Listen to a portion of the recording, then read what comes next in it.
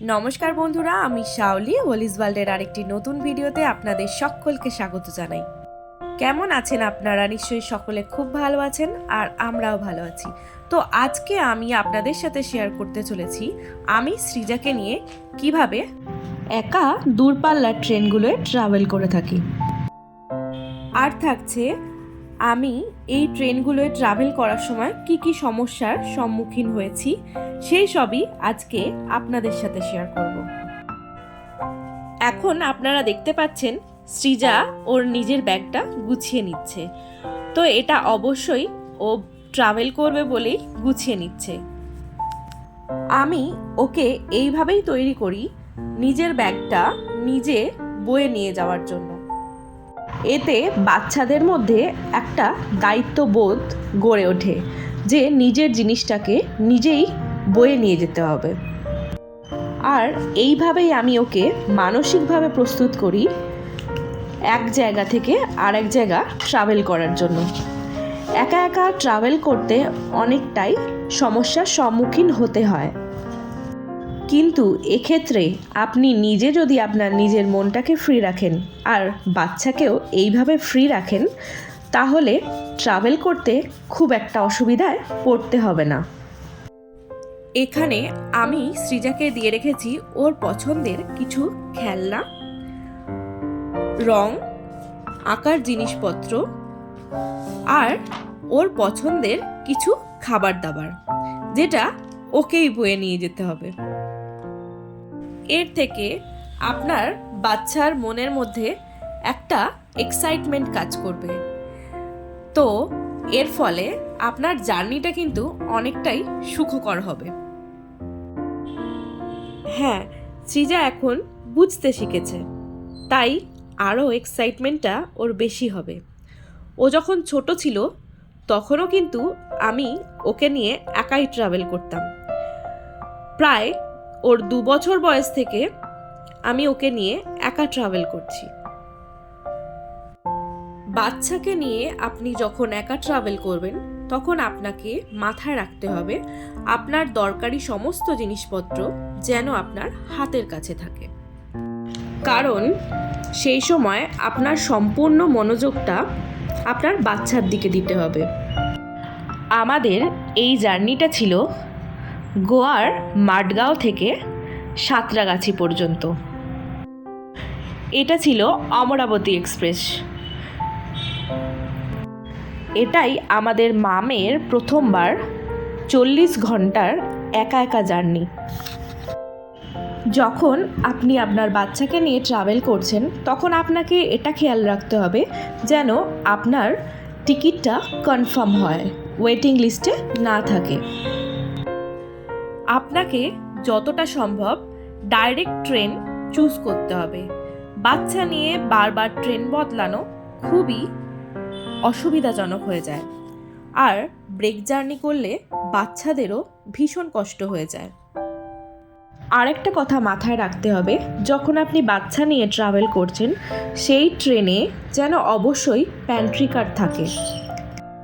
তবে এখনকার অনেক ট্রেনগুলোই প্যান্ট্রি কার থার্ড এসিতে প্রোভাইড করে না। সেক্ষেত্রে আমাদেরকে অনেকবারই সমস্যার সম্মুখীন হতে হয়েছে।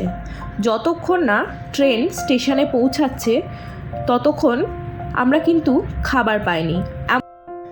তবে আপনাদেরকে সাথে অবশ্যই রাখতে হবে কিছু ড্রাই ফ্রুট, ফলমূল আর বাচ্চার কিছু খাবার, আর সাথে রাখতে হবে বাচ্চার প্রয়োজনীয় ওষুধপত্র, যেমন জ্বরের ওষুধ, বমির ওষুধ, এইসব।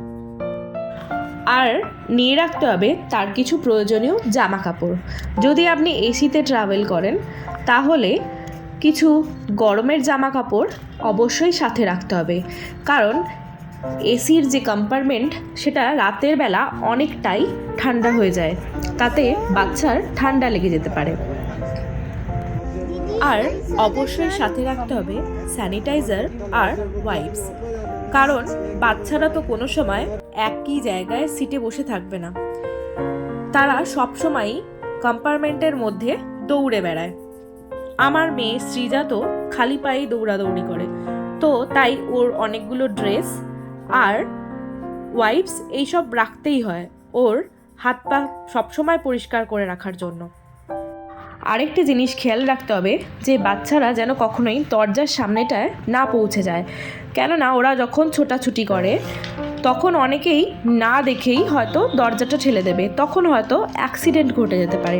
তাই সবসময় আপনার বাচ্চার দিক থেকে কখনোই আপনার নজরটা সরানো যাবে না। 5 বছরের ঊর্ধ্বে যে সমস্ত বাচ্চারা ট্রেনে ট্রাভেল করে তাদের কিন্তু একটা অ্যাকোমোডেশন চার্জ লাগে, সেটা অবশ্যই কেটে রাখতে হবে। অ্যাকোমোডেশন চার্জ দিলেও ট্রেনের মধ্যে কিন্তু ওদেরকে আলাদাভাবে সিট প্রোভাইড করা হয় না। আর আমার মতো সব মায়েরাই নিশ্চয়ই এই সমস্যাটাই সম্মুখীন হন যে বাচ্চা আর মায়ের পক্ষে ওই সিটটা খুবই ছোট হয়।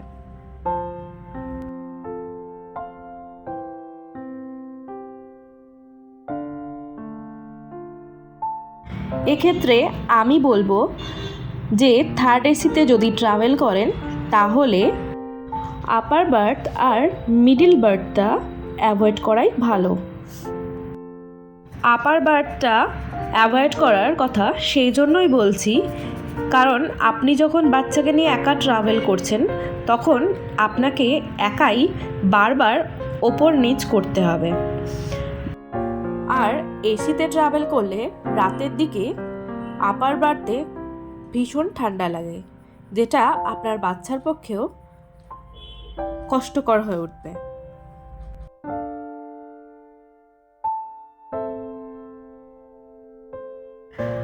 আর আরেকটা জিনিস আপনাদের সাথে অবশ্যই শেয়ার করব, আপনি যখন একা ট্রাভেল করবেন বাচ্চাকে নিয়ে, আপনি এটা মাথায় রাখবেন যে আপনাকে ছাড়া কিন্তু আপনার বাচ্চা খুবই অসহায় সেই জায়গায়। তাই ট্রাভেল করার আগে নিজেও চিন্তামুক্ত থাকুন।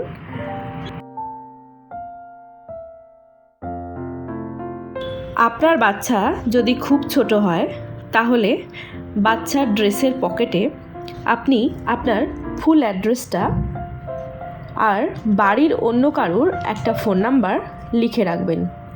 যদিও আপনার কাছে সব ডিটেলসই আছে, তা সত্ত্বেও আপনার বাচ্চার ড্রেসের পকেটের মধ্যে আপনি এভাবে একটা চিরকুট রেখেই দিতে পারেন।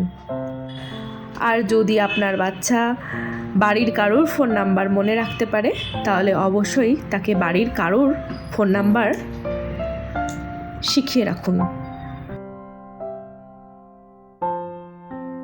আমি অনেক জায়গায় সৃজাকে একা একা নিয়ে ট্রাভেল করেছি, কোনো দিনই সেভাবে কোনো বড় রকম সমস্যার মুখে পড়িনি। আমাদের আর সকল ট্রেন জার্নিগুলোই এই ট্রেন জার্নিটার মতোই সুন্দর ছিল। এখানে আরেকটা জিনিস শেয়ার না করে পারলাম না, আমাদের যারা সহযাত্রী ছিলেন তাদের সাথে কাটানো কয়েকটা মুহূর্ত আপনাদের সাথে শেয়ার করলাম। আর একটা অত্যন্ত প্রয়োজনীয় জিনিস যেটা হচ্ছে, আপনি একা ট্রাভেল করলে আপনি ওয়াশরুম কিভাবে ইউজ করবেন। আপনি কোনো মতেই আপনার বাচ্চাকে কারোর কাছে ছেড়ে যাবেন না। আপনি যতবার ওয়াশরুম যাবেন, হ্যান্ড ওয়াশ করতে যাবেন, সব সময় কিন্তু আপনার বাচ্চা যেন আপনার সাথে থাকে। আশা করছি আমার এই ভিডিওটি কিছুটা হলেও আপনাদের উপকারে আসবে।